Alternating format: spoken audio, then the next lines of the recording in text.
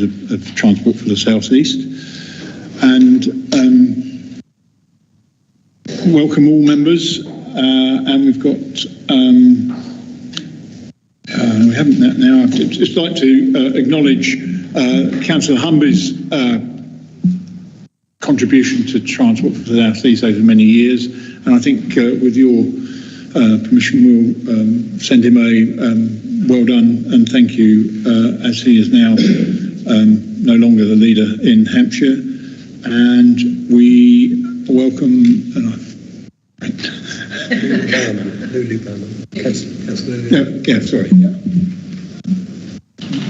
welcome Councillor Berman, and look forward to coming down to see you in Hampshire soon.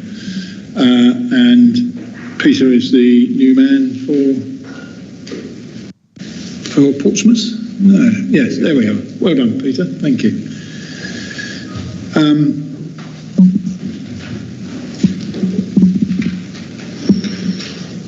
We've got colleagues here from DFT, so welcome to them. We have today apologies from Vince Maple Medway, Ellie Burroughs Network Rail, and from Matt Borton, the leader at Tunbridge and Malling. So we come to agenda item 2, which is the minutes from the previous meeting.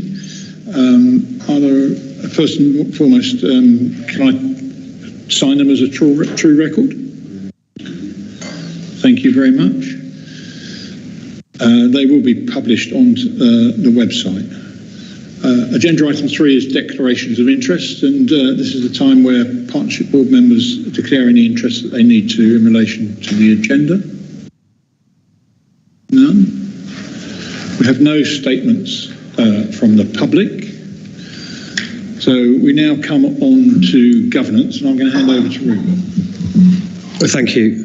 So members, this is the unusual point of the year where we elect a chair, vice chair and other appointments.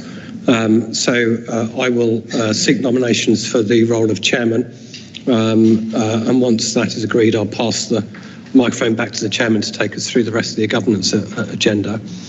So I'm seeking nominations for the post of chairman. Councillor Roby. I propose Keith Glaze as chairman. And could I have a seconder, please? Thank you. And are there any other nominations? That's a good point, Daniel. Well made.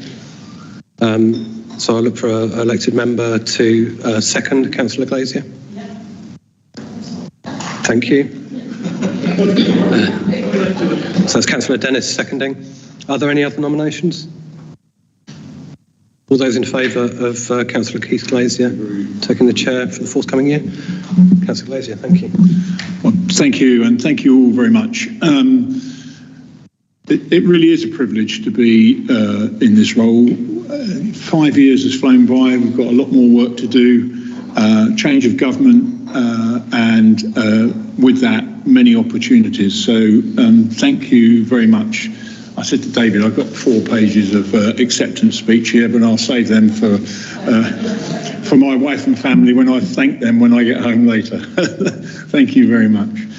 So now we have to nominate and elect the vice chair. I'd had a nomination from Medway, but unfortunately Vince can't be here today. I don't know if anyone would want to second that, or if there are any other nominations. Happy to second, Councillor. Right. Are there any other nominations? So all those in favour of Medway being the vice chair, and for that, thank you very much. And Vince had a clash of diaries, and apologies for that. So now we need to agree to co-opt for a period of 1 year to the Partnership Board. Can I do these en bloc, or do I need to do them individually? Okay. Chair of the Transport Forum, it's my proposal that we co-opt. All in favour?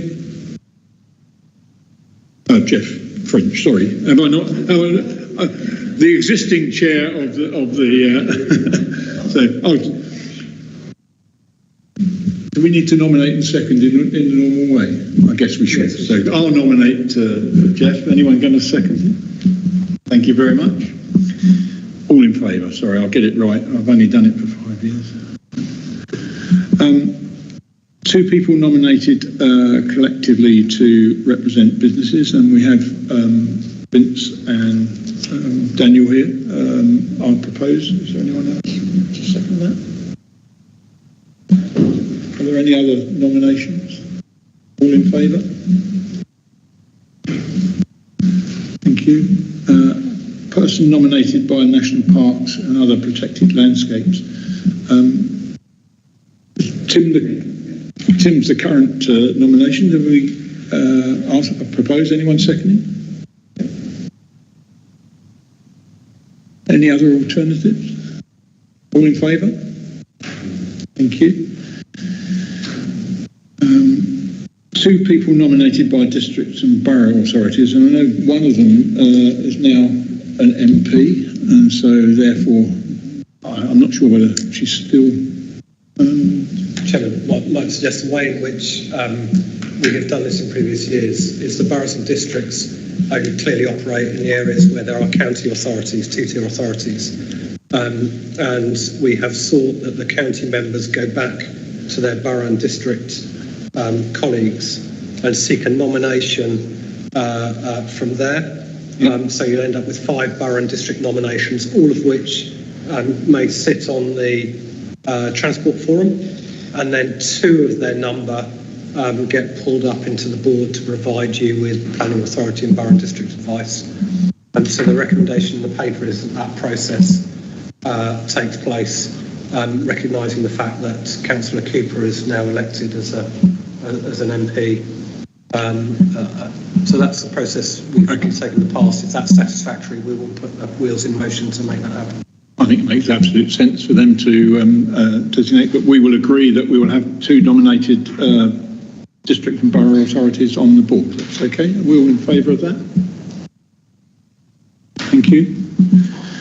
And a representative from National Highways, Network Rail and Transport for London. Again, do we need to name them? We just have them as nominated people? I don't think we do. All are represented here today, Chairman. We have Richard Lennon from National Highways, Stuart Kistra from Network Rail. We don't have anybody from TfL today here, I've spotted, but they are all non-voting members of the board, and I think they are key partners, and it's important they sit around the board table and participate in discussions. And we're very happy to do that. All in favour? Thank you very much. And now we need to allocate voting rights of 1 vote each to the 2 business appointments, the chair of the Transport Forum, and the nominated reps from the district and boroughs. Are we happy to make those decisions? Thanks. Well done. I've already appointed the chair to the Transport Forum, so I don't think we need to do that again. So we now appoint the chair and membership of the Audit and Governance Committee for the period of 1 year. Nominate Councillor Jordan for a chair. Yeah. You can now, all right, thank you. Are we all in favour of that? Thank you. Councillor Dennis.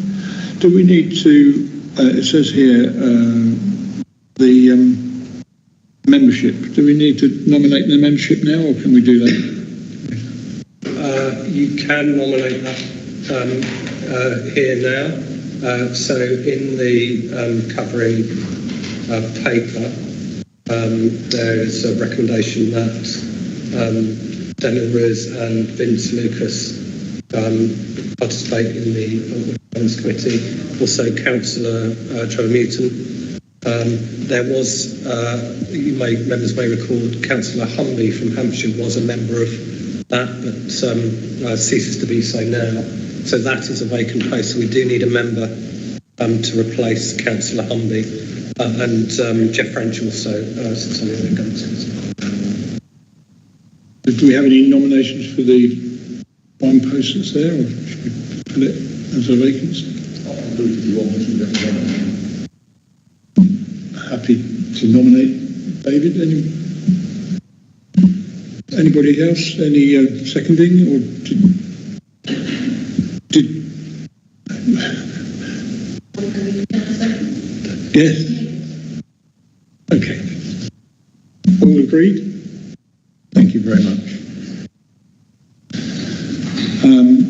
And we are all asked to note the request for members to return a completed register of interests. So that's got the governance out of the way. Thank you all very much. And apologies for slip-ups. We are getting there. We go on to agenda item 6, which is the next steps for TfSE, and I wonder whether I can invite Dan to give a view from DFT before we go over to Rupert to pick up on our view. Thank you. Yeah, thank you.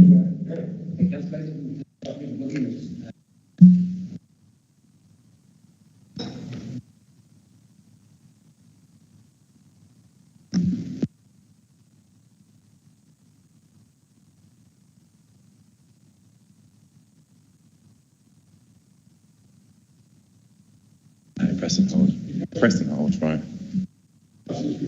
Yeah. Okay, oh, that's definitely working. Yes, thank you, Councillor Glazier. And just a sort of a brief initial thanks from DFT, and in particular on behalf of our new ministerial team. So you will no doubt be aware that we now have new Secretary of State, Louise Haigh, Secretary of State for Transport, who was the shadow for a number of years, so sort of already well versed in the ways of transport. You may also have caught up with the other ministerial appointments that were made over the last sort of week or so.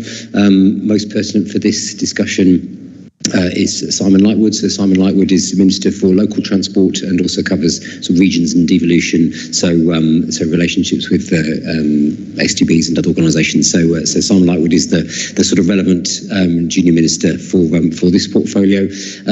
Other ministers probably worth briefly mentioning. Lillian Greenwood is Roads Minister. I mention that because I know roads are certainly a topic that I know you're all interested in and often come up in our discussions. Lillian Green will also be known to many of you as chair of the Transport Select Committee for several years. So another ministerial appointment who's sort of got a good background in transport, and probably also worth mentioning. Possibly the best known of all is Peter Hendy, who is a very well-known transport figure, who is Lord's Minister and Minister for Rail in the department, and many of you will know has done a well-respected figure within rail, but also wider transport too, things such as his role as head of TfL and so on. So I think we've got a really strong ministerial team, and I just sort of wanted to people on their behalf, but also give a bit of an initial thanks at this point for the work over the sort of last year or so with the TfSE and all of you as members of Transport for the South East in the sort of range of work that you've been involved with. A few things I think is probably worth mentioning. The transport strategy is obviously a key part of bringing things together and having a sort of coherent whole to what the region does. And I know you've been doing some work on that this morning, which is great, and we'll hear about that a little bit later as well. So for all of your work on that.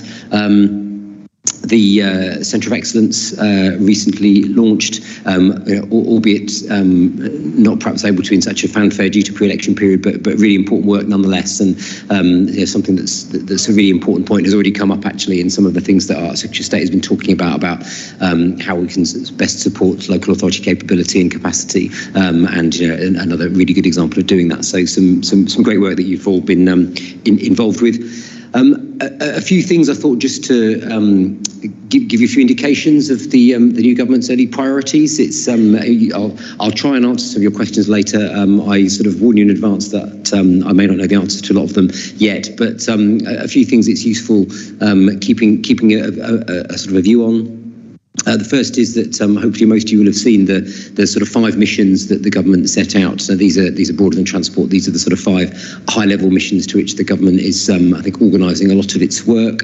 So those being supporting the economy or kickstarting the economy, greener energy, so green energy superpower, safer streets, removing barriers to opportunity, and supporting the NHS. So within those, there are pretty clear links from transport to all of those, actually, and really important sort of parts of the government's agenda. Our Secretary of State also set out her sort of 5 priorities for transport more specifically. You may have heard them, but in case you hadn't, I thought I'd just sort of run through them with you now. So the 5 priorities are set out are improving performance on the railways and driving forward rail reform. So you will have seen provisions in the King's Speech for legislation on rail that I know we've been talking about for quite a long time. Improving bus services and growing usage across the country, so big focus on bus too. Transforming infrastructure to work for the whole country, promoting social mobility and tackling regional inequality. Delivering greener transport and better integrating transport networks. And I thought I'd just pause briefly on the last one about integration.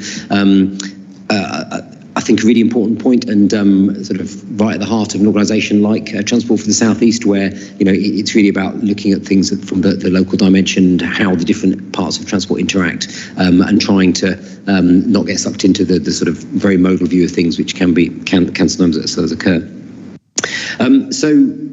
Those are some of the sort of high-level things that the government's trying to do. Also worth probably touching on some of the language that you'll have been hearing around local empowerment. So, Councillor Glaser, you mentioned you were here last week to hear Angela Rayner's sort of speech to the government authority about devolution, about empowerment. And I think something that's coming through really strongly is a desire to empower local leaders and really make sure we're getting the best of that local dimension, which I think is really important, and will be something that hopefully you'll all see the opportunities within that, and above all the opportunity to work with TfSE to sort of give that wider focus to the local empowerment. So something probably also worth just reiterating that I know we talk about quite often in these forums is that we're really well aware in government of the contribution that South East makes to the economy of the UK, and the importance of that economy, of all the ports, of all the international links, and of everything else that the South East brings. And whilst in recent times perhaps hasn't been in the sort of the top of the headlines for some of the initiatives, it's certainly well recognised in government, and that some of the key contribution that the region makes. And sort of finally, really, I guess just bringing that back to the point where it's really important to have a forum like this to bring together all the different local authorities to get a sort of strategic oversight, cross-boundary, all the different things that you need to work on together ultimately to get that the sort of best effect. Looking forward to continuing to working with you all as we move forwards into the new landscape, new government, new approaches to things, but some sort of key underlying things that I know people here have been working on for a while that we want to continue to do. So those are my sort of main remarks for me. I'm happy to try and answer any questions either now or later, but as I say, will depend on quite what level of discussions have been had yet with new ministers, which has not been that many, but I'll stop there for now.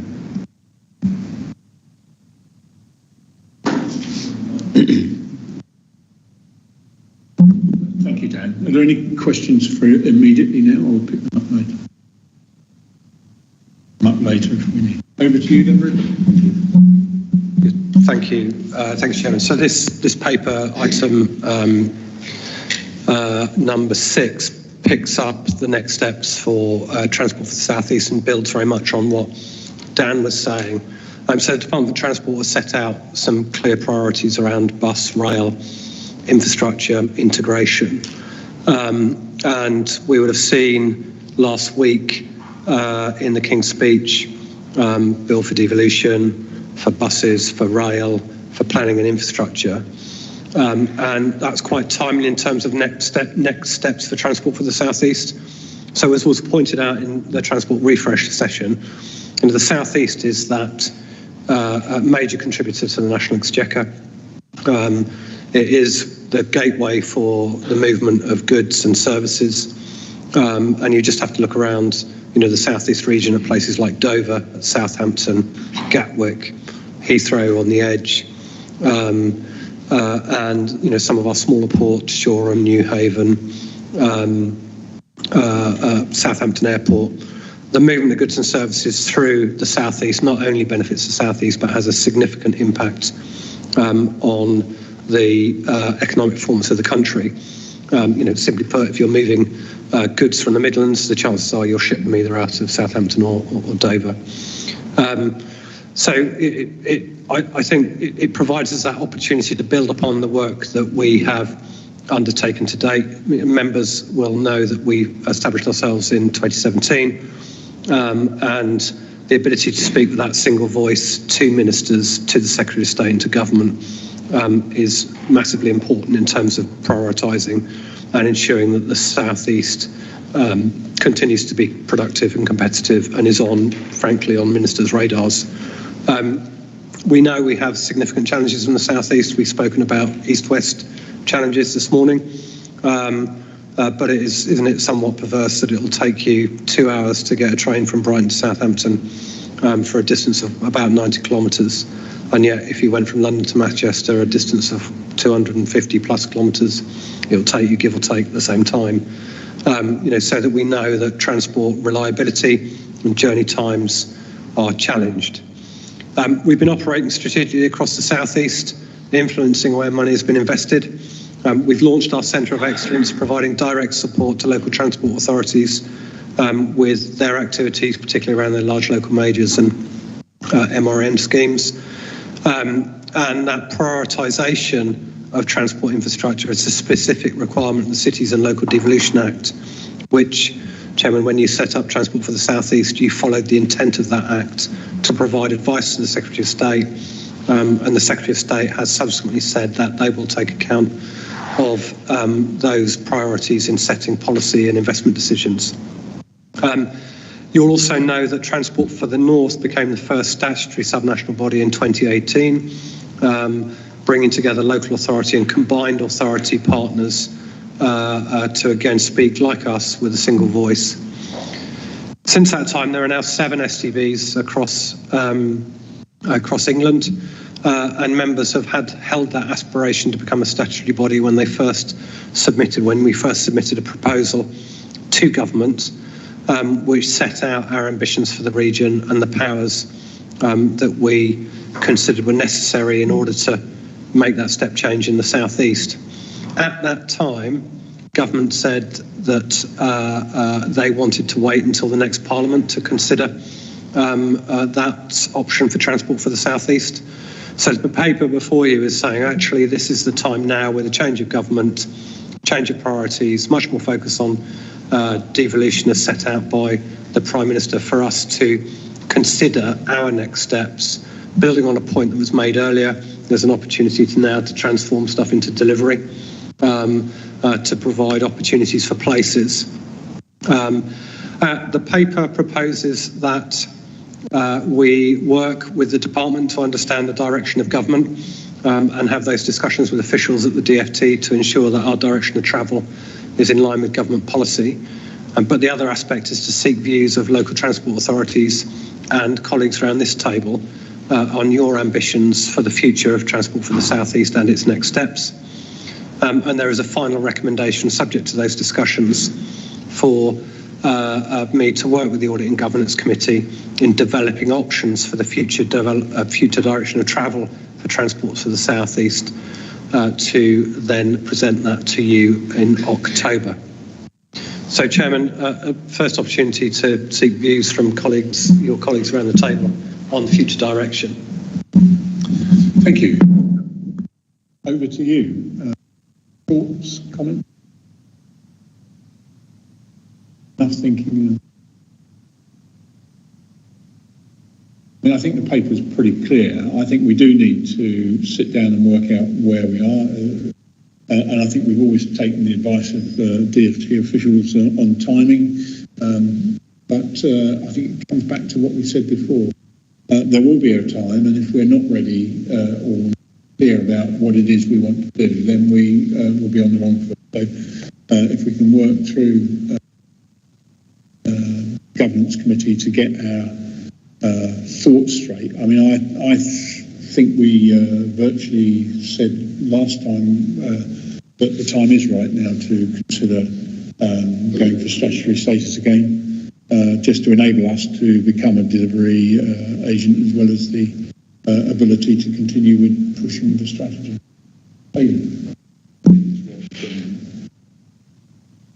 Yeah, I mean, the government's talking about these, which I agree with. I hope hope is a meaningful thing, devolution. I hope it happens. And clearly the extent to which the government's going to pursue that will impact what we do. Because, I mean, if you ended up with a region that covered the southeast, the area that we covered, there was actually a regional body of some sort, that would probably mean that you didn't need us because we were the transport authority, or we'd have control of the strategic levers. I doubt if that's going to happen. And so there's still going to be a need for us. It's just a question of where it sits in the devolution agenda, and if the devolution agenda is actually a real thing or just an electoral spin. And we'll find that out soon enough, I guess. I think the message I got from the Deputy Prime Minister on Thursday of last week was actually devolution is us, but as you say, comes in various forms, and let's see what form we end up with. But actually being fleet of foot and able to respond, I think, is the key. Other questions or comments? No? So you've got Trevor. Thank you, Chair. And just perhaps to emphasise some really the opportunity that comes with this. The government, I think, is, as you rightfully say, committed to a devolution agenda. What that looks like for the South East might need some work and clarity, but I think there's an opportunity. And I think as Frankfurt South East, I just want to highlight the opportunity that it might give us and really go forward with that and support how we do that as an organisation and make sure we do it well. So let's look for the opportunity if we can. Thank you. Thank you for that. I think we all agree with that. So you have the.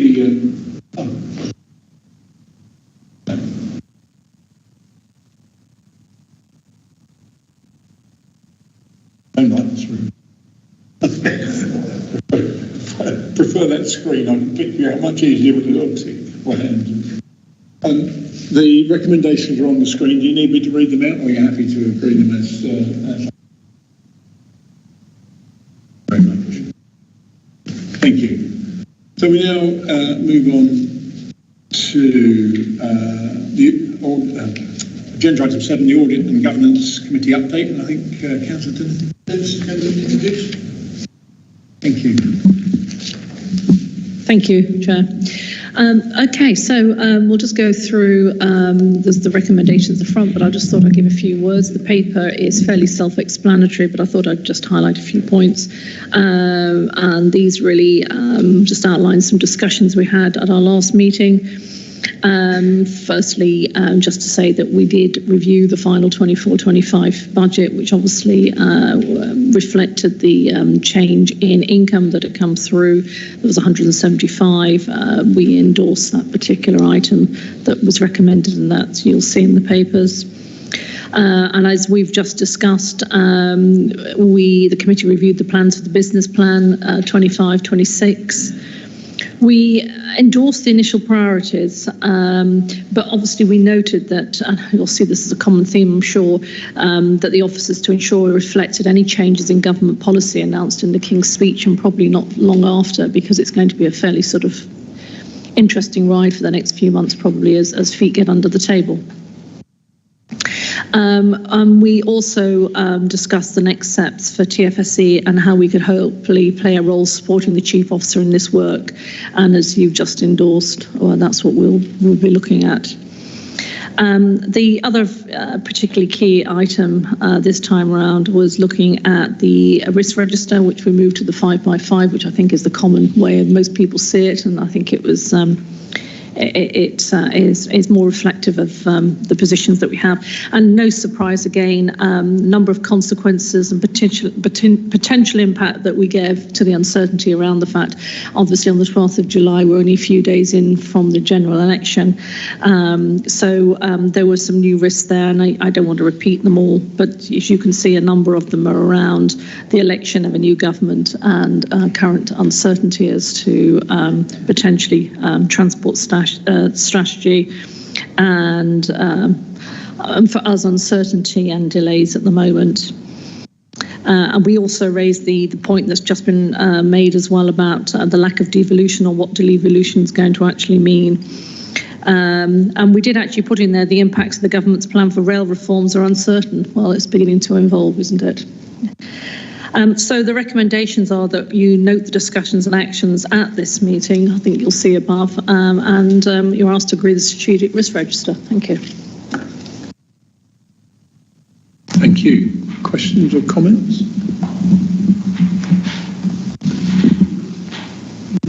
Sure.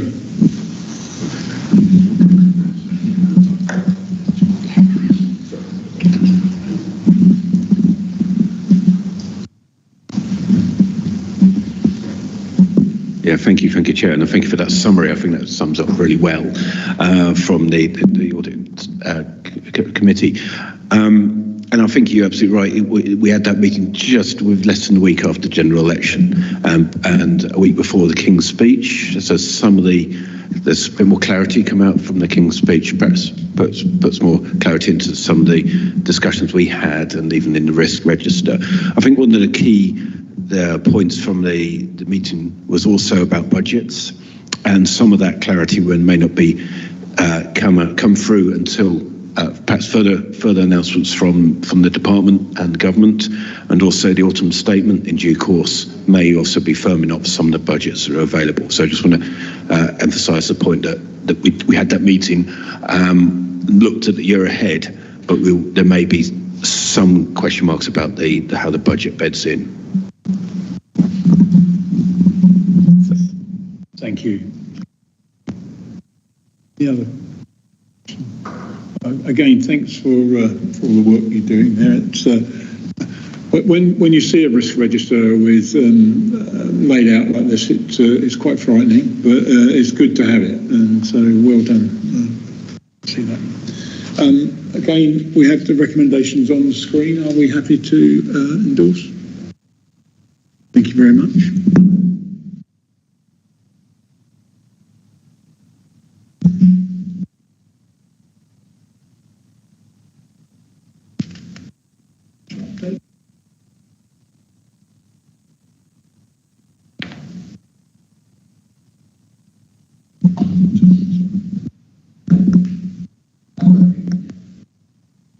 And so you'll remember the budget.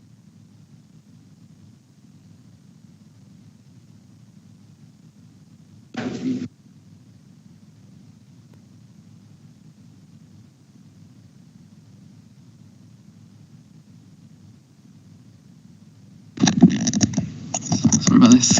Yeah, there you go. We have now received our funding allocation from DfT.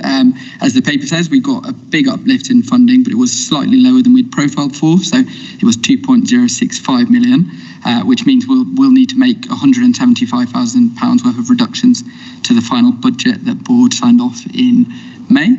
And as the paper says, Audit and Governance Committee have reviewed this and recommended these changes.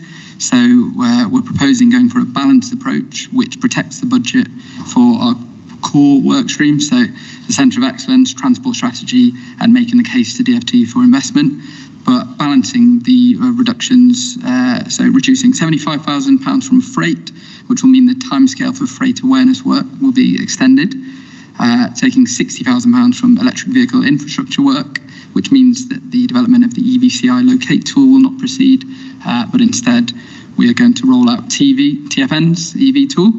And we're also proposing reducing £50,000 from SIP implementation, which will mean in one less scheme being able to be supported. So, yeah, Councillor Glazier, over back to you. Thank you for that. Comments, questions?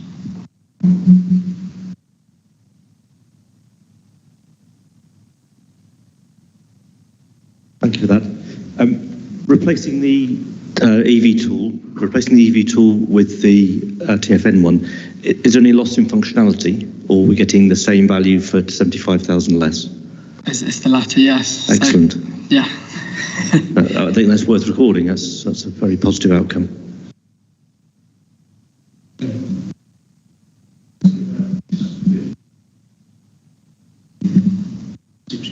SIP screen development, which has led to the Gatwick link being knocked out of the scheme, and we seem to have the money to do it. Why can't we just do it? Sorry, it's a specific question that I didn't quite catch. Well, the schemes that are going to be supported don't include the Gatwick link. Okay. And I don't see why we can't do it, given we've got the money.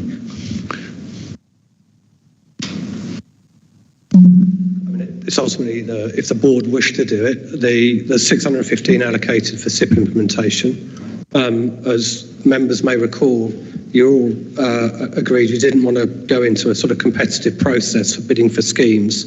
You know, we wanted to have a sort of light on the earth touch.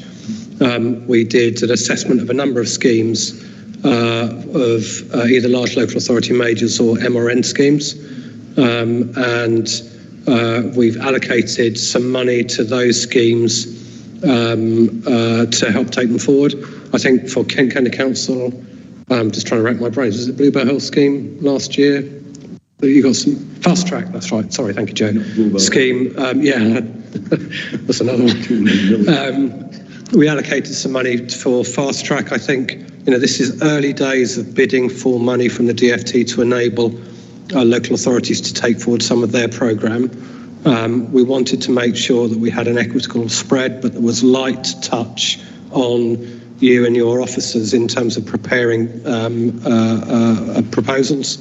But David, yes, you make the point that if the board were minded to, you could bring another programme forward. If you were to do that, I'd ask for your advice on what else you would wish to stop in order to balance the budget. That's a dynamic that we're in. There is a broader point here about the timing at which we get funding. It's really important that we have clarity on our funding allocations at the start of the budget setting process. And I recognise, that is challenging for the department to do sometimes. In our business planning process, which we're kick-starting now, there's the opportunity to identify a greater budget line going forward. And whether that's acceptable to the department, I don't know yet. But if you wanted to make a change to this, then I would need you to tell me what you would wish to stop in order to fund it. I suppose there were two parts. I don't want to make it too specific, even though it was a specific question.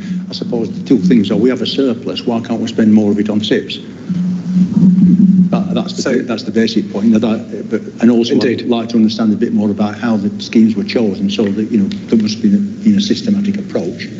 And I would have thought that would have been signed off at some point. Yeah, I can take you through. There's a paper coming forward a bit later on in the agenda, and we'll take you through that process.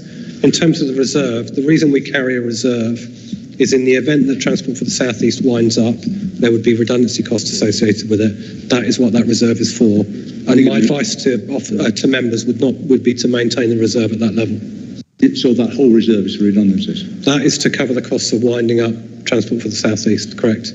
Because the accountable body would not wish to bear that responsibility. No. And so the Section 151 officer requires us to carry a reserve so that in the event we wind up, we can cover our costs in redundancy and other. Of course, and the reserve is of that size. Yes, correct. Yeah.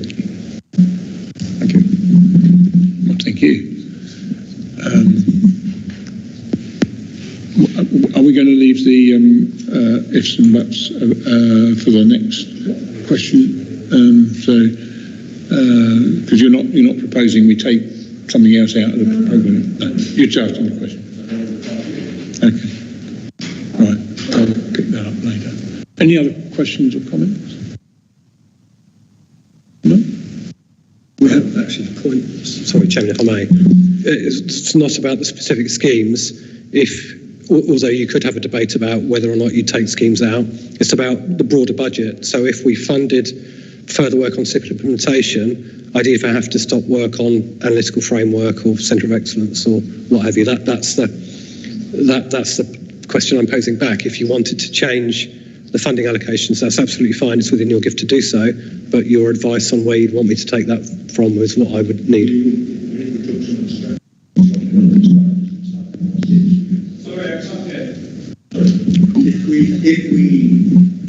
If we decided that we could have a halt on strategy development or some strategy development and put more of that money into SIPs, we could do it and still have the redundancy reserve. That is a choice. We've always had the strategy development money in there delivering, but if we wanted to change it, it's the board's decision. Not mine. When does it get the chance to decide it then? No. or the strategy. Sorry, if I may. So the board signed off the strategy and the development costs. I can't remember which meeting, a while back. So again, if you wanted us to wind down transport strategy development costs, we could do that. I'd want to just check what the implications are. If you wanted to take 50 grand out to fund your scheme, David, then my advice would be you don't take it from the strategy, you take it from one of the other areas of work stream. I wouldn't want to make it seem as though it's just self-interest in Kent. I don't mean that at all. I think in general, having more money spent on SIP and less money spent on some aspects of strategy development, not all of it, would still leave us with the redundancy reserve, wouldn't it? We could do that. Yeah. That was discussed at the last meeting when the budget was, or the draft budget was agreed, I think, wasn't it? Absolutely. You know, we did set out the draft budget at the last meeting. And now we're, for the right reason, we're saying, can we change it? It needs to be changed. There's no reason we can't change anything if we want to. We know the consequences and the timing and such. But this draft budget was agreed at the last meeting. But we don't have to decide it right now. We could have a look at it, couldn't we? The budget is there, running day in, day out.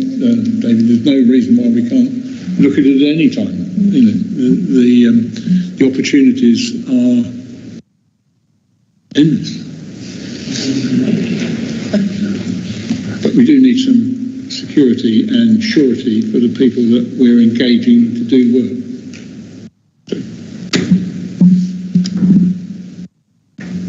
Doesn't answer the question, or does? Yeah. No, I just think we should do a little bit more of the scheme development, that's all. While still keeping the redundancy reserve that we obviously have to have. Yeah, but it's always been very clear that the redundancy reserve needed to be there. That's part of it. Where you spend the rest of the money is down to those discussions earlier on, and I thought we'd agreed it. That's my confusion, David. I thought we had agreed it at the last meeting. So, just for clarity, we set the budget based on the planning assumptions that were set out in the correspondence from the TfT. We had assumed that, and the advice from the department was make those assumptions. We'd assumed that we were going to secure 2.25 million. We secured about 175,000 less than that.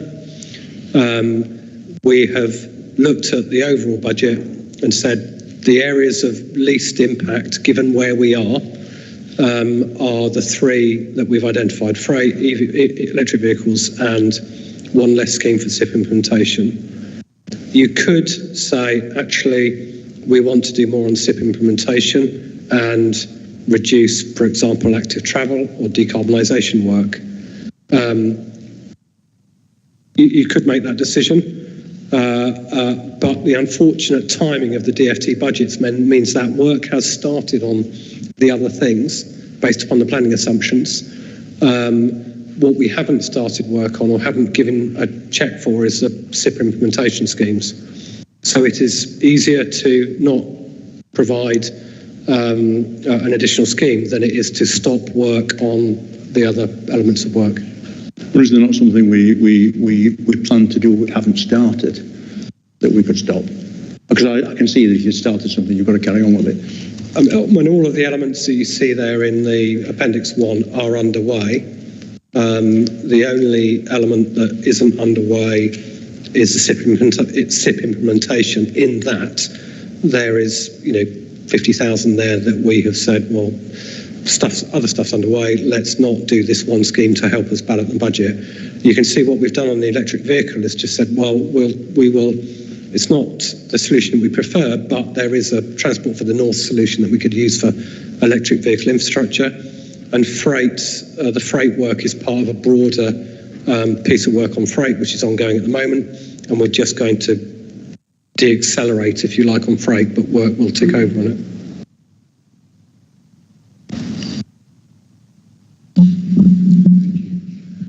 I'm not sure where else you want me to go. I mean, we've just had the explanation. Does anyone else want to offer a view? Or?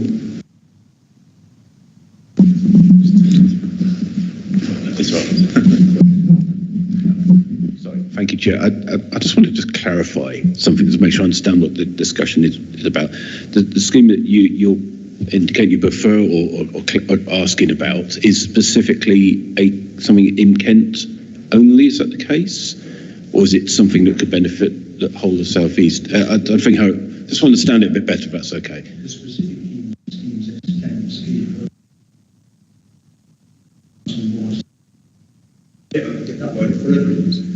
Yeah, I understand the wider.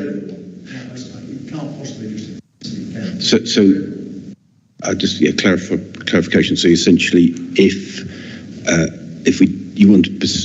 the board wants to pursue that Kent scheme, we've got to take something out of the SIP development money. That's how I understand the discussion. I guess from a regional perspective or broadly, I certainly would support schemes that do help the whole region in some way. I don't know whether there's other mechanisms specifically for Kent to help fund that, or whether there's something in the reserve or something that can be considered. If that's no. That's my question. Yeah, a clarification. Yeah. Joy. Thank you. Given the fact that the funding came in quite late and there's an awful lot in traction at the moment, it's quite late in the day, and I think that Rupert put it quite clear, explained it and clarified it, the fact that there's only certain places where the money can come out of if we wanted to change that particular perspective at this moment in time. And I think it would just have to go for conversation, for discussion around the table and a vote if any changes wanted to be made. But I think Rupert has explained exactly where the funding really needs to go. So I don't think it would be practical to stop anything unless we thought it was the most sensible thing to stop. But it's not really, is it now? Now that we're 4 months pretty well into the year, and it's perhaps a discussion for next year. Would that work better? Yeah.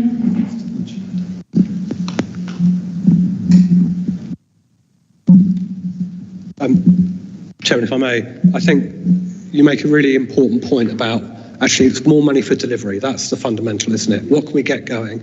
I think there is a moment that we're going to be starting. There's a separate paper in the board pack around the business planning process, which starts to set out the things that we want to do and the money we want to attribute to it. There is an opportunity for us to set out a broader amount of money that's provided from government in terms of its grant to support that delivery. I think, Councillor Obi, I've heard many times the importance of delivery. I get that totally. We've developed our strategy, we've developed our strategic investment plan. The next steps and the next iteration of the business planning is, now is the time. You've got that solid evidence base, you've agreed that direction, translate that into delivery. I think the opportunity through the business planning process, it's my technical expert there, not through the business planning process, is a way of boosting the amount of money to help local transport authorities deliver the aspirations within the SIP. And that it's just an unsatisfactory set of timings that have resulted in the situation we face ourselves in.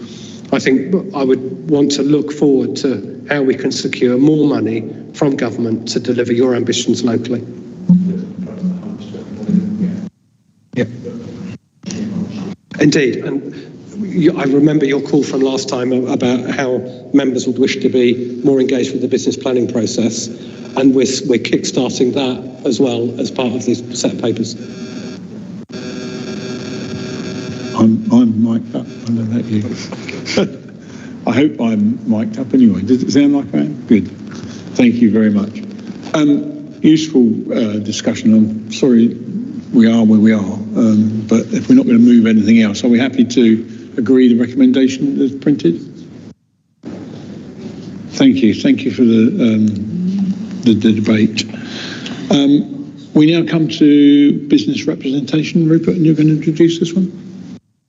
Yeah, thank you, Chairman. Bear with me 1 second.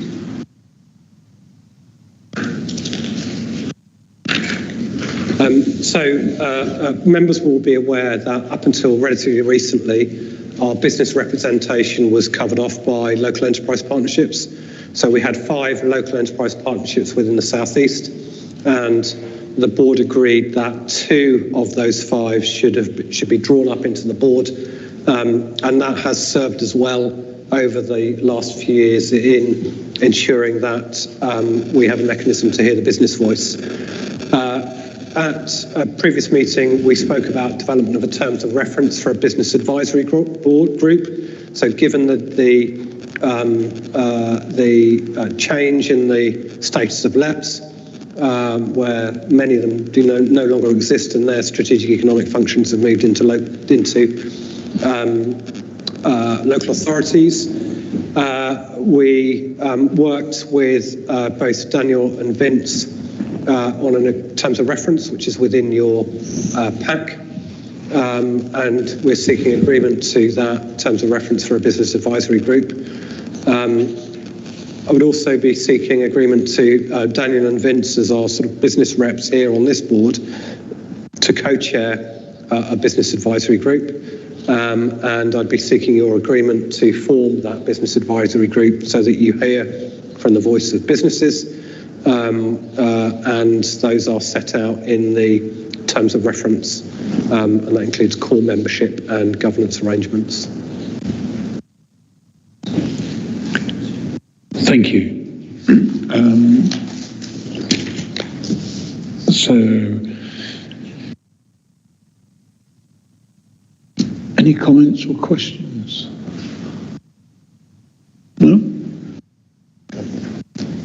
Thank you very much. Again, we've got the recommendations on the screen, so we're happy to take that forward as printed. Thank you very much. Sorry, I've just agreed it, but carry on. We can always have a delayed decision, of course. It's just clarification on the representatives of that business group, just to say, how is that selected, and who's invited, as it were, to be part of that. So the core membership seeks representation from the FSP, from the 5 chambers of commerce that exist within our regional area. We also think it's important, given the international gateway nature, to have a representative of airports, and we're suggesting Gatwick, given it's smack bang in the patch. And from a port, we haven't agreed which particular port. We think a representative from the Department of Business and Trade, if that name still remains, that would be important. But we also recognise that a lot of the LEP functions transferred to upper-tier local authorities and unitary authorities, and we would want representatives from the local authority economy board. Now, in some areas, for example, Kent, I think I'm right in saying Kent Medway comes together as one board, so you've got 2 of the constituent authorities can be represented by Kent Business Board. You have another growth board in East Sussex, similar in Hampshire. I can't remember what they're called, you have to excuse me, but I know there's a formation of relevant authorities. So we think where the function has transferred to effectively a local authority growth board that may or may not be more than one authority, that those reps should be represented. Does that make sense? Yeah, it does. I just wanted, there might be some changes. I'm thinking in terms of possibly Greater Brighton and how it all fits in the future. So I just want to just flag up where the changes come in to make sure we've got representation. If there are changes regionally that perhaps align with some devolved movements, to make sure we've got good representation of those new entities. I agree, and I think the important thing with the terms of reference is recognising the importance of that local authority economic function in a post-LEP world. I recognise that with devolution and the like, that might change. The other thing I should say in relation to devolution, if in the event combined authorities appeared within the South East, they don't exist at the moment, then the legislation on which TfSE followed allows for combined authorities to become representatives of as relevant authorities in the same sense as a local transport authority. So I recognise that this is a bit of a moving feast in terms of what devolution might bring, and we're very much guided by you as local authority reps on how that economic function is set up within your geography or indeed geographies. Can I add something, Rupert? I think part of our intention was to grow this semi-organically, so have a group initially that would work out how it could make the biggest, most effective contribution to TfSE and to this group. In a way, there is the luxury, it not being public sector, that we can dictate that its purpose is to feed this organisation, and they're not elected members generally. They are representatives of the business function within the region, and so I think Vinton, my intention was to try and make sure that we could share something with Rupert's team that would, as I say, feed this group's decisions as effectively as possible from an economic perspective. Probably just add to that, Chair. I think we saw also this is an evolutionary year. This year we need to establish those processes, see if it's useful, decide in a year's time whether we want it or not, or indeed change the representation on this board from that group, because our role is to set this up and get it working, and then see how the voice of business best serves TfSE going forward. But this year is a very much development year in that operation. Yeah. Well, thank you. We had agreed as printed, so we'll move on to the next item, which is business planning 25-26. And Keir, going to deal with that, please? Yes. I might just sit here if that's all right. It's slightly awkward up there. So two things to agree for this agenda item, and it builds on the discussion we just had at board. So the first thing is about agreeing the process for planning next year's business plan. So at the previous board meeting, board agreed to have an initial engagement meeting today. That the draft business plan should be prepared and brought back to board in October, and then the final business plan should be brought back to the December board for partnership board to sign off. And all of that, as Rupert mentioned earlier, is contingent on when we get any business planning guidance from the Department for Transport, because anything we do has to be in line with their direction, what they tell us to do, as they're one of our primary funders. So we are still proposing to stick to that timeline, and if the department brings business planning guidance out after the December board, we'll come back to the next board with any revisions that need to be made.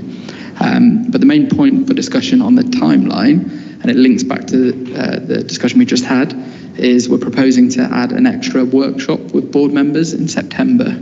Oh, we need to click through. There we go.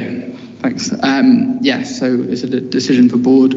Are you happy to have an extra workshop in the diary in September so we can agree everything that should be in the next year's business plan? Thank you. Questions, comments? No? Not yet. We don't. The sooner we can get these dates in the diary, the sooner or the better attendance we might get. Thanks. And if everyone agrees, the next thing to quickly touch on was the initial priorities for the business plan. So we've set these out in the paper, and these are in line with priority areas of work that the Department for Transport have outlined for us. So the first thing is finishing the delivery of a refreshed transport strategy. Next one is scaling up the Centre of Excellence, so increasing the quantity and quality of support we provide for our local authorities. Laying the groundwork for a refresh of the strategic investment plan once the new transport strategy has been done. Then there's a bit on our technical work, so rollout of the freight awareness programme, EV support, and the regional active travel strategy.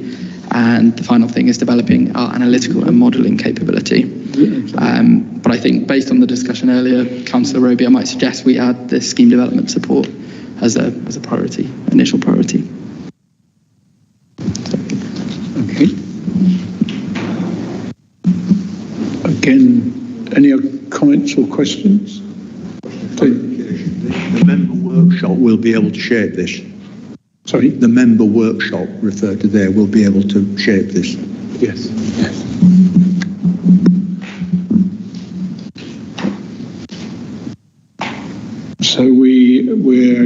happy to agree the recommendation as printed? Thank you.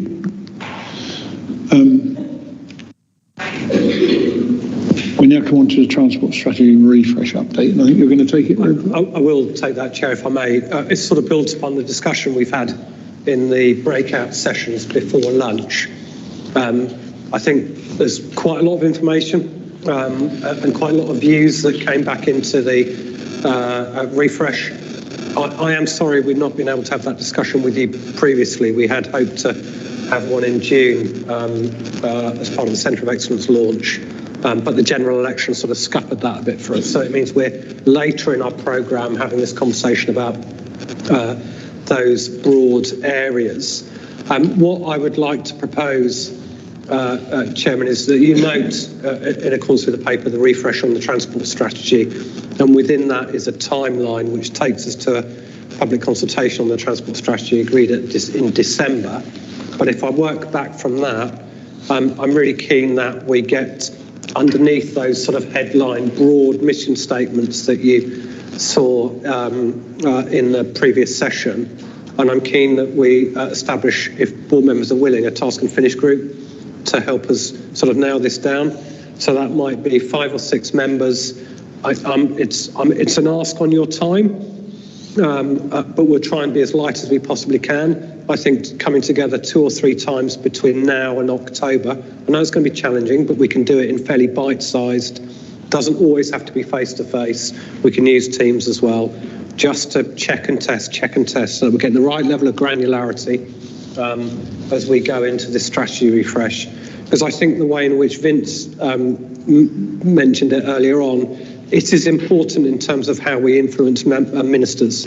This is the strategic direction is what they'll be looking at, and we need to make sure we get it right in order to move into things like delivery and SIP implementation.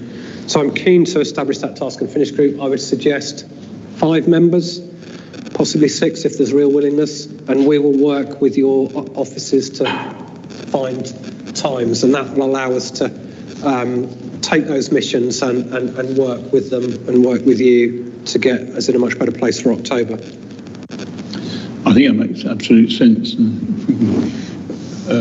We agreed the simplest way to get that group together? Well, I'd be very happy, Chairman, to have, if there's any hands that would like to go up. Well, here we go. So Councillor Dennis, Vince, Councillor Bowman, Councillor Roby. Any others? We won't exclude. Councillor Short. We won't exclude anybody else, but Councillor Mewson. So that's 6. That's perfect. And that would be fantastic. We'll get onto your offices. We'll arrange some times. We'll be as light on your diary as we possibly can, but it gives us the opportunity to work through until October. Thank you all very, very much for that. I'm not sure. Did we agree the recommendations as printed? If we didn't, I'm asking you to, please. Yeah.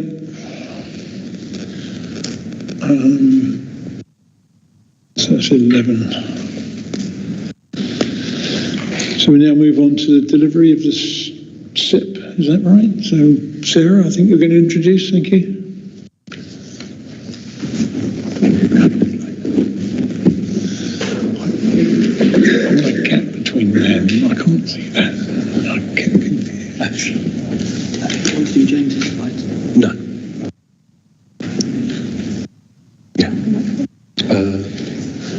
Yes. Thank you. Afternoon, everybody. So yes, this is a presentation on the board paper relating to SIP delivery. I won't go through everything that's in the paper, and I am going to, I'm afraid, do it in a slightly different order than it is in the paper, just for ease of taking you through it. So just the key highlights I want to mention. First of all, regarding the story map, This, you'll recall, is our interactive map that's on our website. It allows users to go in, explore the SIP schemes as they wish, get lots of information about it. That's been updated following our discussions with your officers around where all the schemes are, what progress has been made in the last year. But the reason I wanted to highlight it is that the piece of work has been entered into the British Cartographic Society Awards. So in conjunction with our partners STEER, who several of them are around the room, I just wanted to sort of recognise the work that STEER have done for us. And I think the fact that we can enter some of our work into national awards is really testament to the great work that TfSE does. So just wanted to highlight that to everybody. Very good. Moving on slightly, I just wanted to again highlight around the major road network. We continue to provide support to your scheme promoters as they try to navigate the business case processes through Department for Transport. We're also looking ahead to an MRN2. Again, however, as with a lot of things with the change of government, we're not yet quite sure on what the direction of that is, but we are working closely with our colleagues in DFT to understand where MRN2 is likely to go, and then therefore how we can best support delivery of schemes through that. That leads quite nicely on to the roads investment strategy work. As you will recall, TfSE has been involved with National Highways and the Department for Transport throughout the development of the RIS process. We have regular meetings with them. In fact, we had a meeting last week around where things are. And if it's okay, Chair, I'd like to invite Richard Leonard just to give a brief update to the board.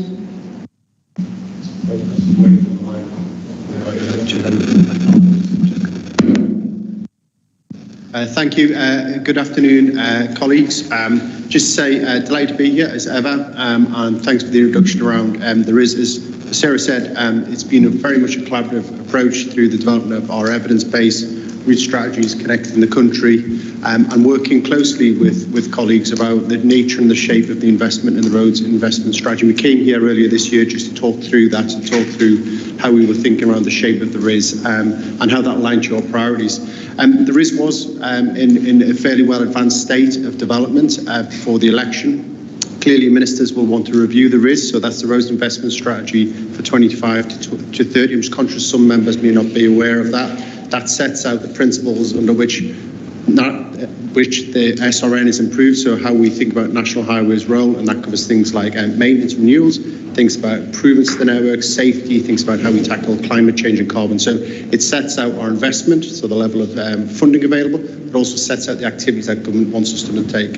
Clearly, the RIS was developed pre-election. There's a need for a review of that. We provided advice to ministers on options around the RIS and how that could be taken forward. And in that, we have talked about the role of partners and the important role of partners in shaping the roads investment strategy. And I think that's really important. And one reflection as well on the conversation, I think planning and thinking strategically about the needs for the South East is really important. Setting out your agenda to government is really important. And it's about integrated networks. It's about thinking about outcomes, and it's about thinking about a new agenda for government that we can take forward together. It is an opportunity, and I think that's really important to say, and it's an opportunity for you to present your narrative and your story about what you need as a region. And I think working across the network, working with all SDBs, I think TfSE has got a really strong story to tell. I think the transport strategy works brilliant, and I think the SIP works great as well. So it's an opportunity to reinforce those messages to government. And I think for where we sit with National Highways, we recognise that together we can present a case for roads, but more importantly, a case for roads in an integrated transport system, and that's where we want to be. And again, it's about outcomes. How do we support growth? How do we support communities? How do we support access to jobs and health? So that's where we are. And we're hoping on the RIS we will have some sense of direction probably after the summer recess, if there is a summer recess. I'm not sure. But we hope to have some direction. And the key thing is that, we met with Sarah and DFT last week, and we had a really open conversation where things are. I think that's really important. We'll continue that dialogue. And more importantly, we'll continue to work with you to shape the RIS. Lastly, good luck on the award. I'm confident you'll win it. There we go. Thank you. Thank you for the update. And I think the thing to glean there is that there is an opportunity for us to put the case. So I think that's really refreshing to hear. Questions, comments? Joy.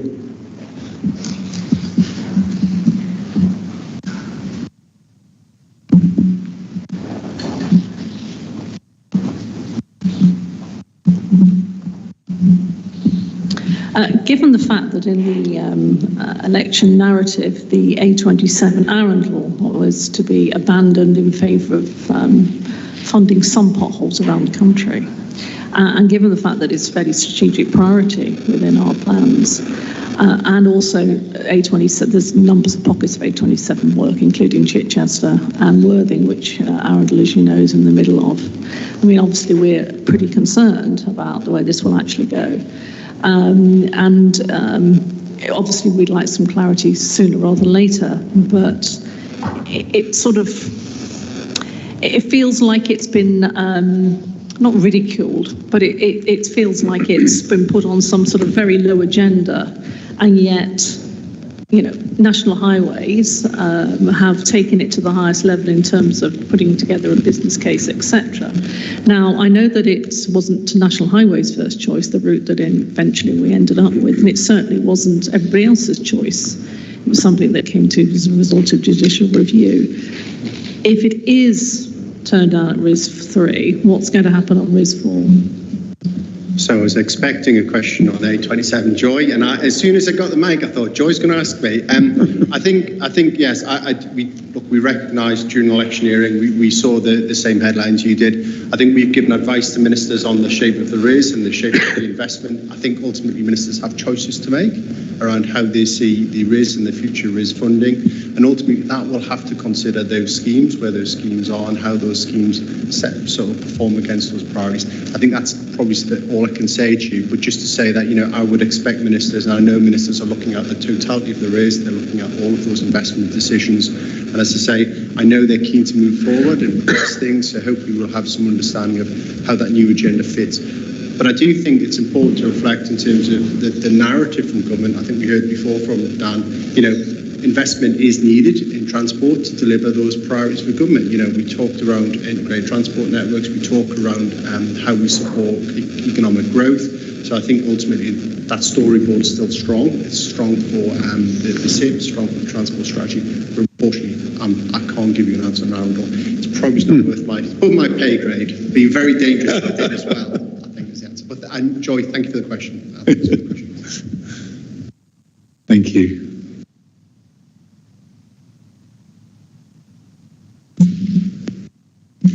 Thank you, Richard. So that brings me on to the last part of this paper, and that is regarding the scheme development funding. So there's obviously been a little bit of a discussion previously, but I'll just sort of take you through some of the points that are in the paper.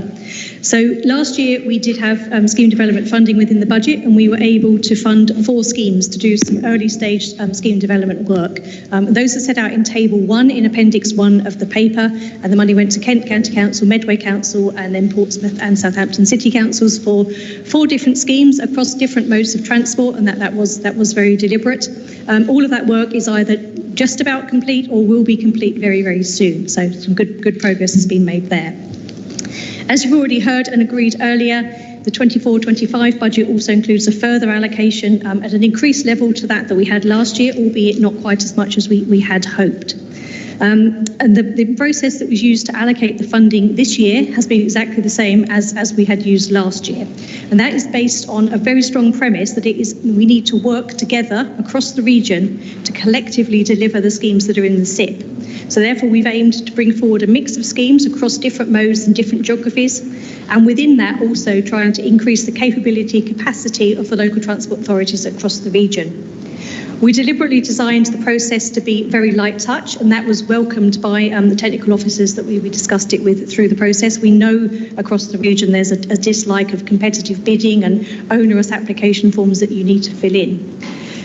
Despite having more money this year, we were, however, 3 times oversubscribed for the amount of funding that we had available. And so we had to develop a shortlisting process. Very keen to stress here, it's not a competitive bidding process. As I said earlier, we didn't want to develop any of those kind of things. The case for the schemes has already been made because the schemes are already within the strategic investment plan. So it was about shortlisting and trying to work out how we can get the greatest impact for the limited funding we have available, how we can support a major road network pipeline of schemes, and also how we can support increased capability, capacity, and the centre of excellence across the region. So the shortlist was developed using a collaborative light touch approach involving lots of dialogue with the technical officers across the region. We based some scoring, very light touch scoring, on the existing technical evidence base that had been developed through the area studies and the SIP development process. We tried to be fair across the region. We wanted to really understand which schemes are able to be brought forward, how can we make that go as far as possible. And as I say, it was about moving forward those schemes that are in the SIP. So following all those discussions and deliberations, which we did take through the Transport Strategy Working Group as well, and as I say, they really welcomed that light touch approach, the short list of schemes is set out in Table 3 in Appendix 1. 3 of those schemes, through dialogue with the officers, actually were offered less money than they had initially asked for. But we did get to a point where we could allocate the money we did have across the region, say, to support all of the schemes. I think it's really important that until we actually get into the work, we're not going to know the exact costs. And also within the SIP implementation budget line, we do have allocations to work with Richard and his team in trying to bring forward some of the schemes that are in RIS by supporting the strategic case for them. And also we would like to start bringing forward some of the larger, more complex multimodal schemes across the region. But for both of those things, we recognise that we need to await government direction and policy on those to know whether we can do it this year or whether that will have to be something for future years. So within the paper, there is a paragraph and an explanation where we request that Rupert retains the flexibility for TfSE officers to have the flexibility to manage that budget. And that does mean that the reserve scheme that's on the list, were we not able to move ahead with some of the risk schemes, that could then come forward. We would like to be able to retain that flexibility ourselves, but that is obviously your decision. As the recommendations currently stand, 12 of our local authorities submitted expressions of interest across the 2 financial years, either on their own or as the lead for a group of authorities, particularly down in the Solent. We've got a lot of authorities coming together, which again is obviously welcomed. 11 schemes are currently able to be provided with development support, and that actually benefits 15 out of the 16 local authorities within the TfSE. We do really recognise the importance of this early stage scheme support. We know this is an area that you struggle to find funding to get off the ground, so we do want to try and maintain this in future years, and it's very, very clear that demand for it is high. So as we look to continue to provide this funding, we do propose that we work with the Transport Strategy Working Group technical officers to see how we should allocate it in future years. There are obviously a number of ways we could, but we would very much advocate for sort of that light touch, not an onerous competitive process, but very much working together across the region to bring forward those schemes. I'm happy to take any questions. Thank you. Questions? Comments? Joy.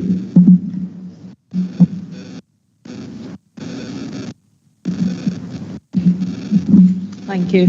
I thought it would be pertinent to actually state that of the 3 out of the 4 items that are on there do impact West Sussex. It's not just the first one. The Surrey one impacts and goes into West Sussex. And the Brighton and Hove one, though it says the A27-23 Patcham interchange, I have to say the issues there regularly impact all the way up to Bolney, with queuing traffic up from the 23. So that's many miles.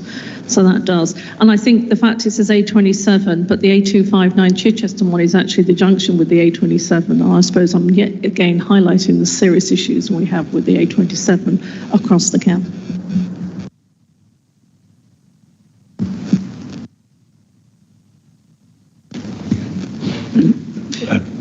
Please, Trevor.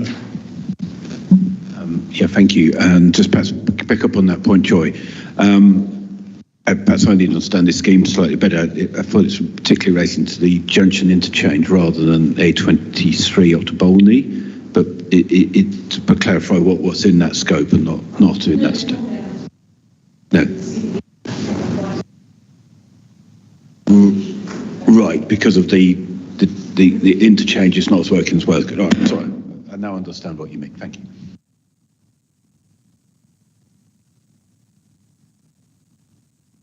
Please. Yeah, just to say that we have spoken to patients.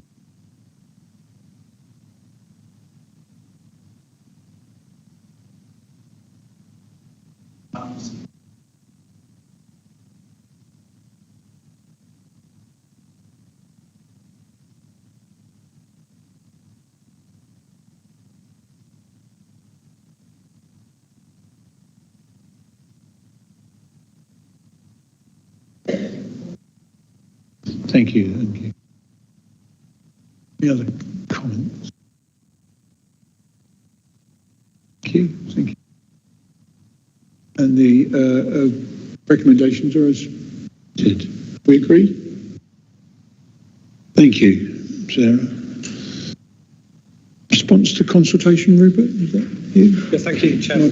This is just one item as a response to consultation. This is around long-term adaptation, so it's effectively about UK transport adapting to the impacts of climate change. I think broadly we would welcome long-term adaptation plans. There are a number of assets, transport infrastructure assets within the South East that are vulnerable to, for example, flooding from either rivers or the sea. But in welcoming it, what we do say is that government needs to provide clear guidance and, more importantly, funding, so that making our transport networks more resilient to extremes of weather should not come at a cost of other services that local authorities provide. So it needs to be funded. It shouldn't be competing with other priorities that local transport authorities have to deal with. In effect, adaptation funding shouldn't be just an add-on to local authority maintenance budgets or new works. So that's the essence of the consultation, to broadly welcome adaptation plans and policies, but asking that because of the financial pressure on local transport authorities and indeed operators, that clear guidance and support from government, including funding, follows through on it. Thank you. Questions, comments? Trevor.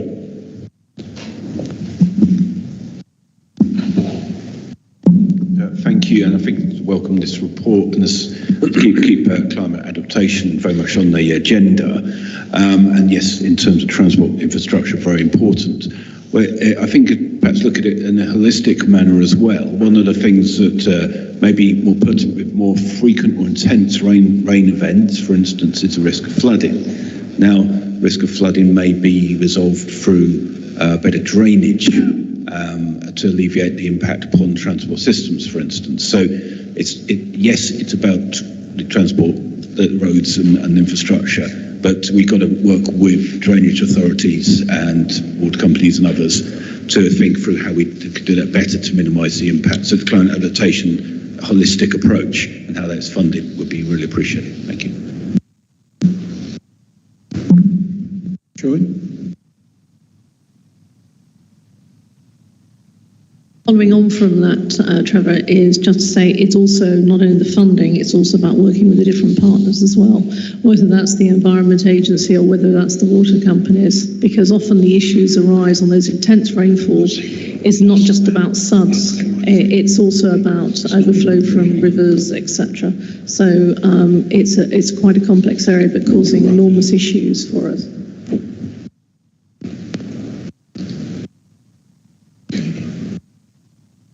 Any other comments or questions? No? Recommendations are on the screen. We're happy to agree. Thank you very much.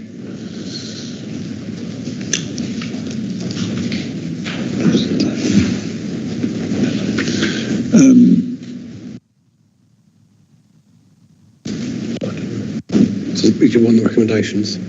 Yeah, no, we've done that. I'm sorry, I'm just a bit confused. My briefing note and the agenda don't chime up. So agenda item 14 is the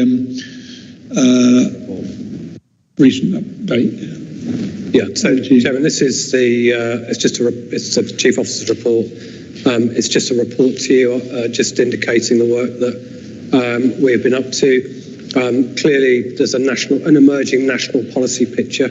With the general election having taken place on the 4th of July. We've touched upon DfT priorities and government priorities. Their headlines at the minute, we'll want to understand what that means and how that plays out in terms of transport for the South East. And I think the work that you agreed earlier on next steps will be quite helpful.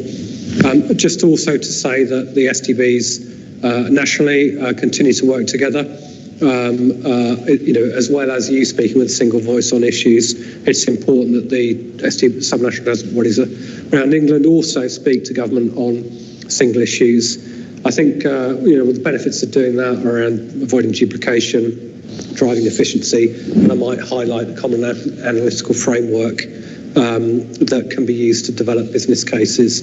That was initially a Transport for the North initiative, and that we are using and developing for our cases here in the South East. There are two other points I'd just draw out, one around the wider South East Freight Forum. I think, freight has always been a bit opaque, and getting underneath issues such as, at one level, lorry parking and welfare facilities, at another level, broader warehousing policy for the South East, and everything in between. So it brings together operators as well as Transport East. They have big shipping interests given the Felixstowe, but also England's economic heartland. And coupled with that, we are working with those two STBs because we form that sort of donut, if you like, around London through the wider South East Rail Partnership with Network Rail and Great British Railways. And I'm going to be watching with interest, particularly with the GBR transition team, what emerges in the King's Speech around rail reforms, passenger services. So the purpose of the report is just to highlight to you some of the activities we've been up to. I'm really happy to take any questions, Chairman. There isn't any specific recommendation. Thank you. Any questions or comments? No? It's the numbering's gone. Yeah. So it's one that just joins all this together. Talking with colleagues from Eurotunnel, they're obviously very, very keen on getting more freight trains through the tunnel. And it's something that links all of those together. We've seen published at various times numbers for the gauge enhancement needed across southern England. I don't think we need to spend money on it because Network Rail and others are looking at it. But I think it would be useful to have that higher up in our agenda so that we've got a watching brief on the freight gauge clearance, which hits all of our goals and international connectivity, greater use of rail freight, etc. And it's just something that brings those groups together. So, thank you. Joy? While we're talking about freight, and I'll move it on to buses as well, did they talk about the use of hydrogen for freight in terms of hydrogen lorries?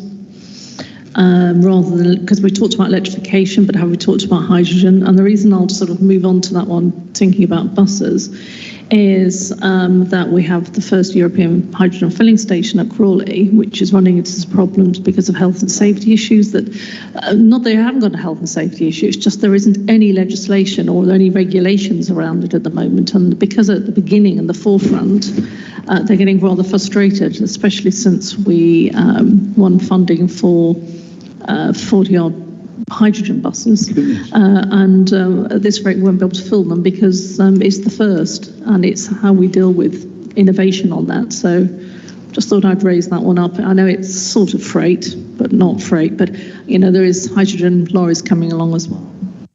Thank you. Rupert? And in terms of this government's policy on hydrogen and freight, I haven't seen anything specific as yet. Doesn't mean to say that it's not there and I just haven't clocked it. I know the previous government talked about hydrogen. I understand there are some complications around hydrogen and freight, but I'll wait to see what this government does in relation to policy on it. I think with both EV and alternative fuel sources, it has historically been sort of, the thousand flowers bloom approach. And actually what is helpful is knowing what is the policy direction in relation to things like EV and hydrogen, and then how do we, both at a Southern National Transport Body level, but more importantly our local transport authority level, take forward that sort of headline policy.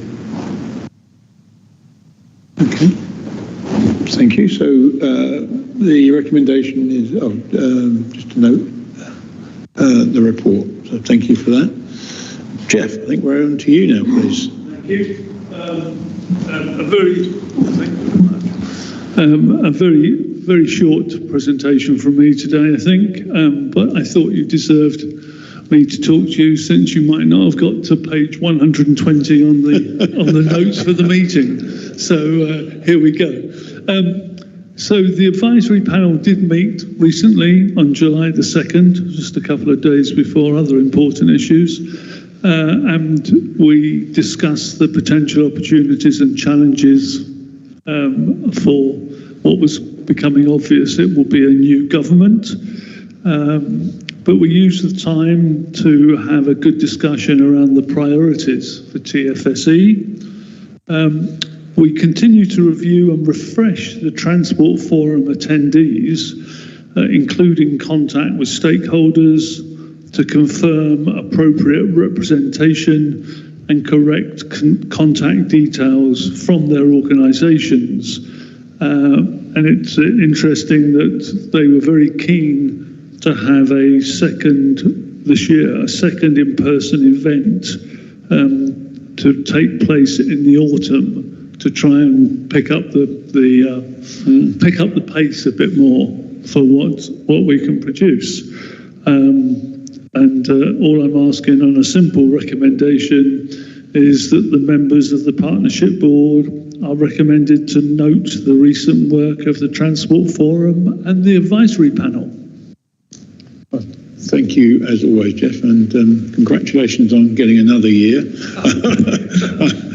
I need a first to congratulate and the check's in the post, but no, thank you very much. Any comments or questions? I mean, I think the breadth of what's going on will continue to grow, Jeff, and it is, I'm sure, an enormous task to try and keep focused because there's an awful lot out there. So well done. No, so we'll note that. Thank you very much. Then we come on to the Centre of Excellence. Is Keir going to deal with that again, please? Thank you.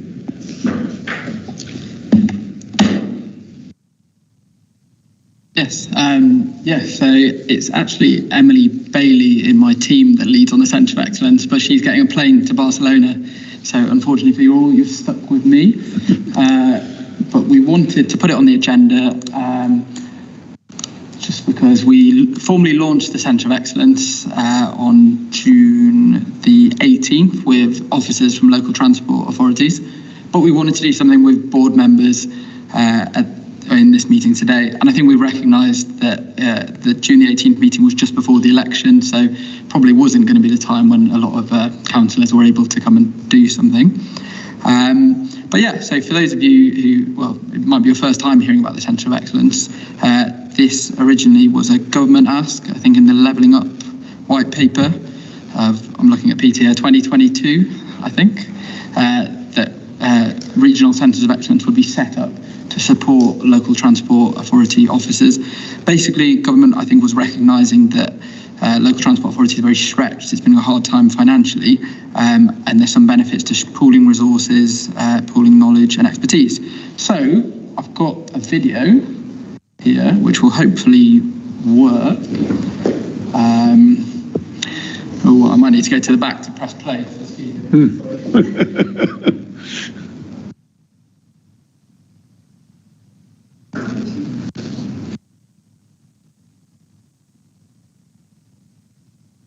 Hand's gone.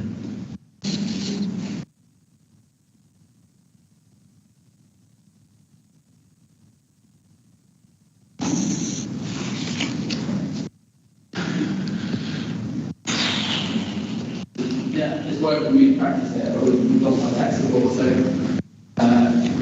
we might have to skip that. There's an awful lot of really unhappy people here. Moving on.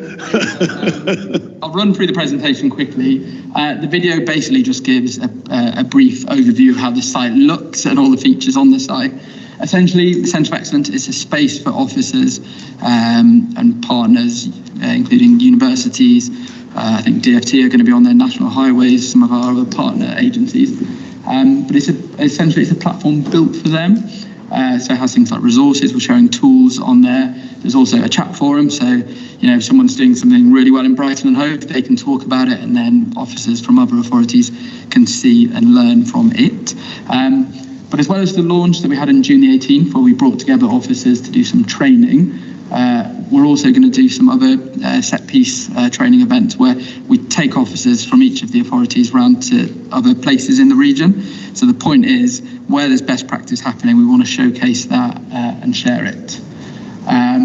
So this just shows the objectives of the Centre of Excellence, which I think I've set out. So these are the whole process. It's been co-designed by LTA officers. We've got I was hoping he was back. Never mind. We have a Centre of Excellence steering group, which officers are on, which has basically decided what it should focus on. Primarily, it's something that's bespoke to the TfSE area, and it's all about practical advice and support, as it says, getting economies of scale as well. So a few slides I'll probably skip over, but essentially we've launched the Centre of Excellence, so we're moving into business as usual, and because of that, the steering group is meeting a bit less frequently as well. As it says here, we've had a lot of engagement, so we've got a lot of regional universities, and I think some universities from elsewhere across the UK signed up. All the professional institutions, so SEECA, CIHT, TPS and ICP, all on this site, all providing support and resources. But this is the key thing. So as part of the work, we sent a survey out to all the local transport authorities in our region, essentially asking officers, what are the key areas of support that you'd want? What are the things that you're struggling with the most or are doing well at but could get even better at? So these were the three top areas. So business case development, which we touched on earlier, policy strategy and development, and improving sustainability and lowering carbon.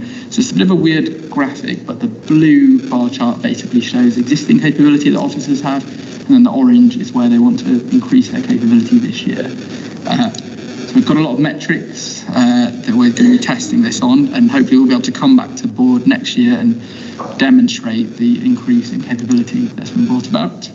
And hopefully board members, you'll also recognise this in your interactions with us as well. Skip over this. So this is just to say site usage is going pretty well. So we've managed to get 125 users across the South East region, and that's every single transport of the South East Authority. There's someone signed up, and lots of them have multiple sign-ups, and people are using the chat forum, resources and case studies. So that's it. So sorry Emily wasn't here and we couldn't get the video, but basically we wanted to do something just to let members know, with thanks to your officers and your financial support, we've launched a Centre of Excellence, and hopefully it makes a big difference. Thank you. And timing is everything, and it's just a pity the election got in the way of the formal launch. But again, thank you to everybody that's been involved, because I'm sure this will be something that will continue to grow and be of use to everybody. So thank you. Questions or comments? No? Again, thanks very much. We now come on to technical programme update. Kate, I think you can. Thank you.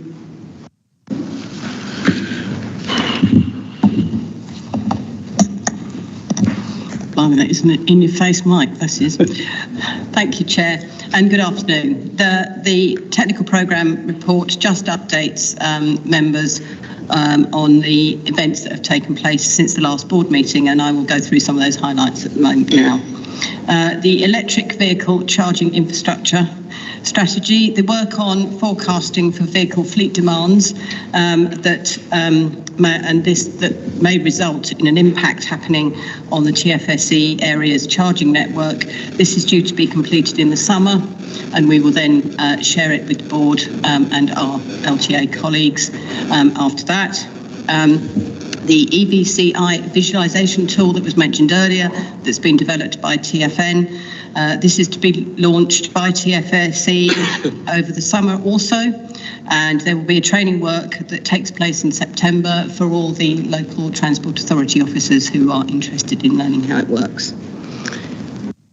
For the regional active travel strategy, a draft strategy and action plan is currently undergoing internal review at the moment, and we expect to present the final version to the October board in October. The implementation of the TfSE Future Mobility Strategy and Action Plan. A Future Mobility Forum was held on the 18th of June, and we had a very interesting presentation from the Capital District Transportation Authority, which is based in Albany, USA, and they just gave us a rundown of their different mobility programs. But it is quite interesting to know that it is an organisation that's totally run by their local authority members, and it's owned by them also, but they also are managing to lever in private financing to fund the programmes that they run. So it would be interesting to hear more about that in due course. The next forum will be held on 23rd of September. It'll be an in-person meeting. Just to note that there has been talk previously at these updates about the mode propensities tool. Unfortunately, we only received one proposal, and that did not meet our expectations in terms of methodology. So we are going to review our requirements going forward, and we will let you know in due course whether we are going to go out for another procurement process in relation to this, or whether we might end up doing something slightly different. Moving on to freight, the Alternative Freight Fuel Infrastructure Mapping Tool, commonly known as ALFI, identifies, as you may have heard previously, identifies current and future HGV recharging and refuelling locations on the SRN and MRN, and this has now been made available to TfSE. It was developed by Midlands Connect with data from all the different SDPs in England, and we are now reviewing it, and we are planning then going to plan how we might introduce it to our local authority partners in the autumn. So that's some work that we are going to be developing, and we'll talk to our local authority partners as we go forward. The second wider South East Freight Forum, as Rupert mentioned earlier, was held on the 20th of June, actually just in rooms just up the corridor from here, and it focused on the challenges faced by the freight and logistics sector in decarbonisation, and also how we could perhaps influence or add value to the work that we are already doing, either as SDBs or as individual businesses. The studies on waterborne freight and warehousing, they are continuing, and we hope to present our findings on those to the October board.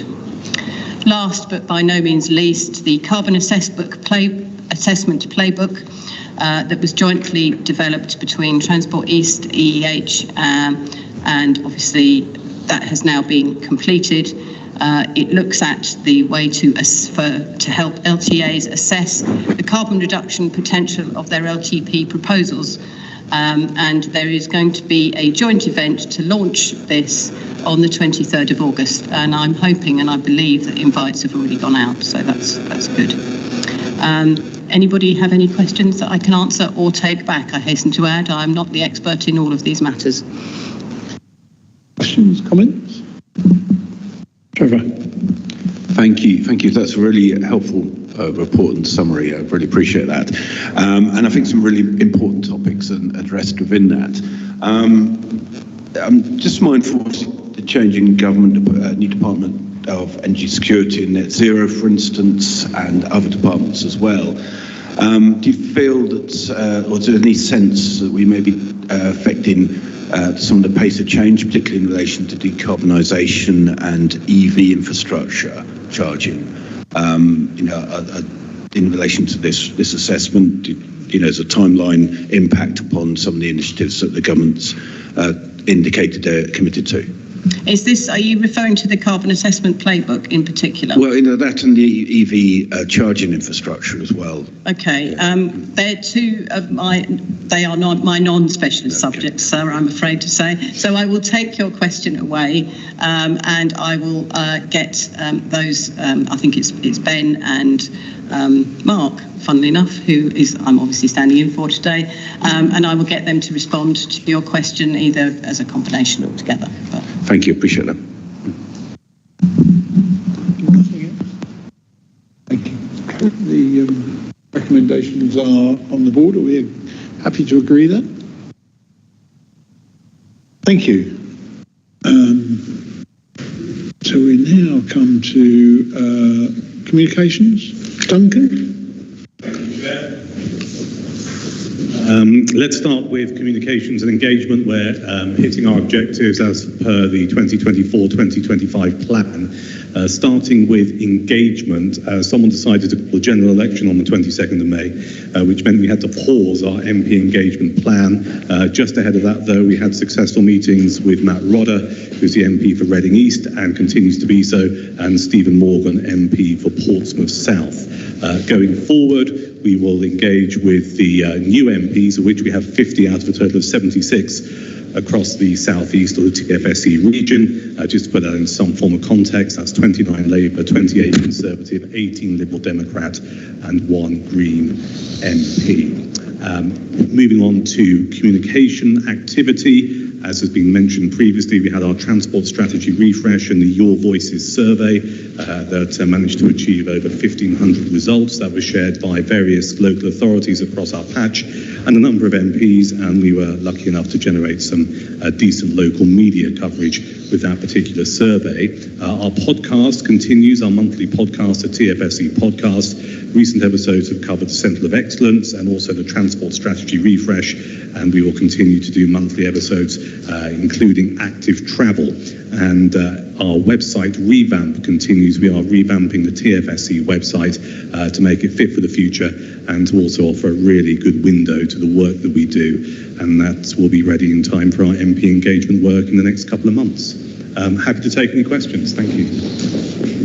Thank you. Questions, comments? Duncan? Thank you. Quite a big task, 50 new MPs, but we'll get through that. Any help that any of you can offer along the way. Duncan and I will both be very keen to help. I think it is important. It was one of the areas that I felt that we needed to do work on, and Duncan put in a really sterling effort over the last year. Now we start again on quite a few of them. Interesting times. Thank you for that. Brings us to AOB. Is there any other business that anyone wishes to raise? Vince? It's right behind you. That could be a comedy moment, couldn't it? I wasn't sure if the last item or this. Is there anything more we should be doing on Lower Thames Crossing, given its delay due to the general election, the importance both to this board and to the local travel plans that have been constructed around the country at the moment? Is there anything from Kent's point of view? Do we need to push or? It's good. It's in the DCO process at the moment, isn't it? Yeah, go on, Joe. Thank you. Joe Rack, Transport Strategy Manager, Kent County Council. Yes, we understand the 4th of October, I think, is the date that the Secretary of State has penciled in to make the decision. That was obviously deferred because of the pre-election period.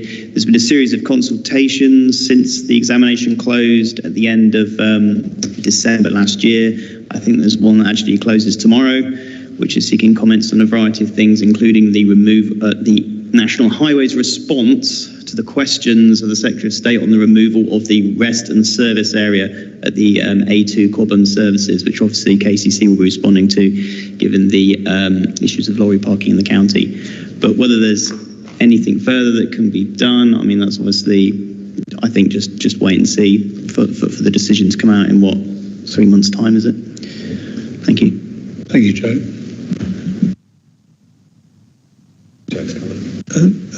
Thank you. Any other comments? No? No, are there any other business? I can't see anyone rushing to put their hand up. I understand the next date is going to be changed, is that correct?